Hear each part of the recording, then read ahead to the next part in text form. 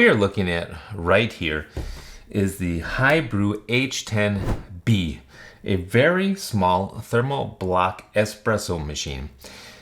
It's got a 51 millimeter portafilter, a quick startup time. It includes a manometer, although I don't think it's very accurate. It includes a display where you can set the temperature, so it does have a temperature probe inside. It's got volumetric dosing, which is nice. And what I really like is it's got a timer, so while you're steaming and while the extraction is going on, you can actually see how long it's taking. Very, very convenient. Now I think you're going to see this is very similar to other little machines like the DeLonghi Dedica or the Casa Brews 20 bar. All of these machines, they claim to have 15 or 20 bar.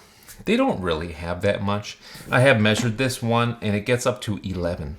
But actually, you don't want that much anyway. What you really want is a maximum of, let's say, 9 bar, 8 bar. Now, for full disclosure, HiBrew sent me this machine. They're not paying me to make this video, but I thought there's probably enough interest out there in this machine, so I should do a video on it. The machine does come with a portafilter. Now it is very light at about 220 grams and it's made out of aluminum. On the inside there's also a plastic insert and there's like a mesh screen inside. So the reason for that plastic insert and the mesh screen is going to be because it does come with pressurized baskets. It's got this 2-cup basket for example. It's got one hole on the exit. It's got a bunch of holes on the inside. And the basket itself creates the pressure. It's got also a single cup as well. So you can fit, let's say, 13 grams or so in this one, and it's going to be less in the 1 cup. And what you use these for is if you don't have a grinder yet, you can buy some espresso at the store in a can like this, already pre-ground. And these are very tolerant of grind size and of bean freshness.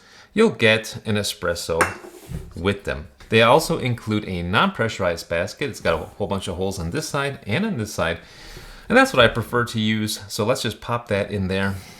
Now with this one, that does also require you to use a proper grinder, one that can grind fine enough for espresso and also one that's got decent resolution so that you can adjust it appropriately. I want to talk about the setup of the machine quickly. If you press both of these buttons at the same time, that's the 1 cup and the 2 cup button, then you can adjust the temperature. So you can adjust it down to 92, 91, 90, all the way down to 25. So this does do a cold brew. It's not really cold, it's about 40 degrees Celsius, but it's cool enough that you can put it over ice and it's not going to melt the ice completely. I'm going to set mine at 93 degrees. Now you can also set this up, as I told you, volumetrically. So if you just hold one of the buttons, you can say 40. That is the milliliters that it's going to aim for. I don't know if I think that's with no load, so with no coffee in here. So that's just going to take some trial and error to get the amount that you want in your cup. I like to just stop it when I see the amount out that I want. Let's just get started, as I was saying. So I've got some medium to dark roast coffee beans here. And I got this already measured out at 16 grams. I've got my DF54 here. And that is set at 17 and a half. Let's go ahead and prepare our puck. There we go.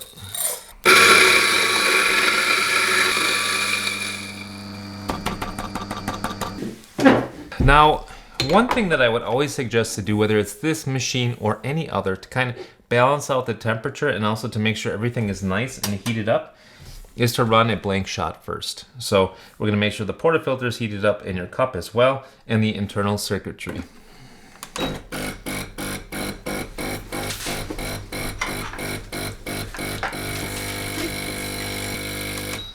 So now we can go ahead and prepare. I'm gonna put that freshly ground espresso in there just like so.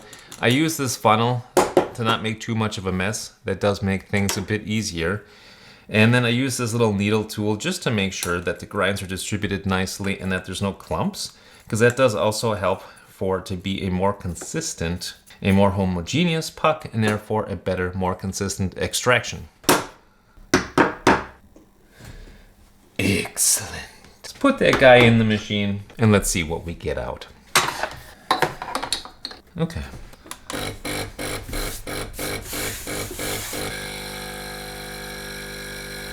Looking pretty good so far.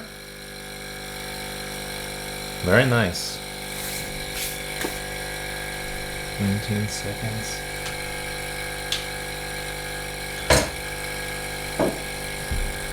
Stop it right there. A little bit too late.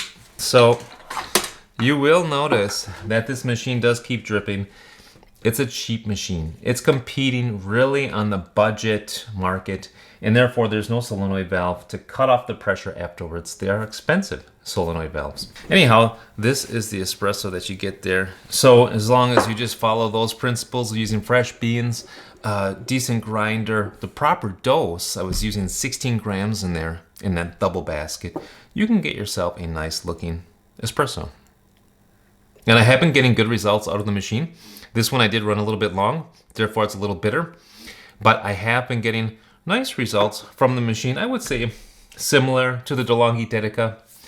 Now this has a PID, so I feel like it does hold the temperature a little more constant than does the DeLonghi Dedica. I did a couple tests of temperature, and it does vary a little bit depending on how many shots you've done, depending on your dose and your grind. But it holds it at a fairly stable temperature for a thermoblock. So, where I think this does have a benefit over the Dedica is the fact that you can go ahead and raise the temperature a bit.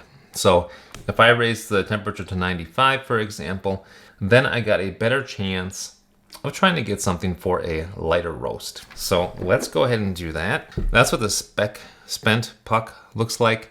And actually I find the shower screen on this machine is quite good. A very even distribution. All right, let's load up a light roast and see what that looks like. Okay, so for the light roast, I'm gonna use this bottomless portafilter here. This is compatible for HiBrew, for Casa Brews, for Gevi, for Mr. Coffee. It's really for all of those kind of, you can say, generic Chinese brands. It's got 3 tabs on it, looks very much like a DeLonghi portafilter, except for that there's just a little bit of a notch cut out there on this one. It is 51 millimeters, so I can fit this IMS Hue basket in there, for example, and that's what I'm using. So I've got my basket warmed up off camera as well as my cup, and I got a lighter roast here. I would say that's a light to medium roast in there, and it's 16 grams. I did grind it just a little bit finer than the dark roast. It seems like that's necessary for this bean. Just want to give that a good tamp and put it in the machine. Another advantage of using bottomless portafilters is the fact that you have more space here. So that's nice. You can see the extraction, which I like a lot. So you can kind of diagnose. And I'm set at 95 degrees Celsius. Here we go.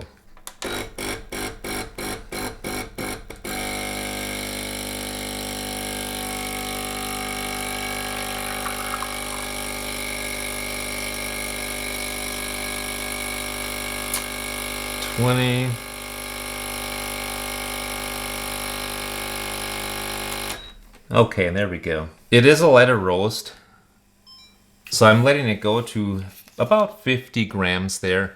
I feel like on lighter roasts, doing something closer to a 1 input to 3 output, so 16 in to 48 out, it kind of balances out the shot a little bit better for me. So there we go, there's our light roast espresso. And that is quite good, actually. Nice and fruity. In this case, it's reminiscent of peach. It's really quite tasty. So I think that's kind of the advantage of a machine with a PID, is that you can set the temperature more in the direction that you're looking to go. Not that this one is rock solid stable, because it's not, but you can increase the temperature, and that's a nice thing. Let's move on to doing a cappuccino. All right, so for the cappuccino, all you have to do is press the button to go to steam mode. Then we're gonna purge out the steam wand. I'm gonna use the espresso shot from earlier. Pour that in my cup, and let's steam some milk. It does take about 12 seconds or so to get up to steam temperature. And be careful, this is not a non-burn steam wand, which means it gets really hot. I got my milk prepared here. So what you first want to do is put the tip of the steam wand at the top of the milk so that you're injecting air into the milk.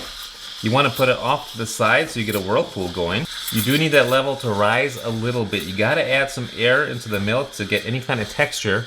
And then once it's risen a little, then you can put the tip in just a little deeper. And then just wait until it gets to the temperature that you like.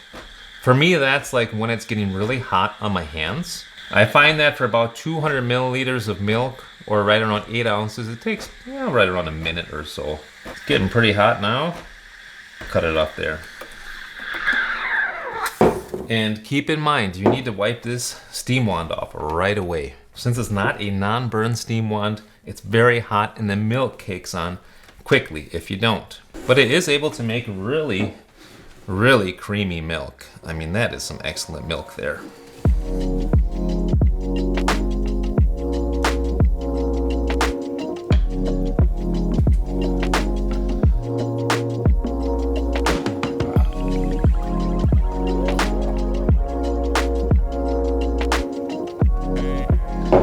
Okay, so with this machine, you can practice your latte art. It does a nice job with it. As you can see, very nice silky milk that I got in there. Just take some practice. It's certainly, and I would say actually that this is probably a little more capable even than the DeLonghi Dedica. It's got a little bit more power, it seems like to me. And now to cool off the thermoblock, what you have to do is deselect steam mode, and you have to let this run some water through the steam block. Just like this. Okay, good to go. So what do I think about this machine? For the price that you can get it for, I think it's really good. I've been using it for a bit and it's not giving me any issues. There's no leaking like you sometimes have with machines. What I do appreciate about this one is that they actually did ground it. They grounded the top and they grounded the sides. So that's not always a given. I've looked at some machines where they're not actually grounded, and these are metal touch points. So I'm glad that these are grounded. I really like the display that they use on the HiBrews. So you always know how long your extraction is taking, which lets you know if you have to adjust your grind or not. It also gives you an idea of how long you've been steaming milk for. It's really nice. You can set the temperature. All in all, I think it's a pretty good machine. It has got quite a large water tank there. I would guess that's a little bit larger than the DeLonghi Dedica. What's kind of funny about the machine is, look at this. It's got suction feet on it. So, I mean, it's got a vibratory pump inside. So I guess this is just to keep it more steady. Or maybe that's for helping when you're putting in your portafilter. I don't know, but first time that I've seen suction cups on the bottom of the machine, that's kind of funny. Let's just talk really quick about accessories. If you already have this machine, I would certainly suggest this portafilter here. I'll link it down below. This one is from Kopfi. There are various brands depending on your market. I would also recommend the IMS basket, which is will give you really nice results. They are precision made baskets and they offer a better flow. I would recommend a WD-T tool. If you got time, it just takes a few seconds, 5 or 10 seconds. It is going to help with your extraction. I think a really important is a proper 51 millimeter tamper. This is just a DeLonghi, you know, it's like 20 bucks and it's solid, works good. And a funnel. Funnels are really good to not make such a mess, and that will help with your wife or partner acceptance factor, not getting espresso grounds all over the place. And also you'll need a knock box like this one here, and that works really good. And you need a scale. I feel like you need a scale so that you know what your recipe's at. Are you getting a 1 in to 2 out ratio, a 1 in to 3 out ratio? Good scale. It's really nice to have, not just for coffee making. You can use it for baking. You know, you can use it for various things. All right, guys, thanks so much for watching the video. I hope it was helpful. Hope you got a little bit of a sense for how this HiBrew is. Until next time, I say happy coffee drinking and happy cappuccino drinking. Bye now.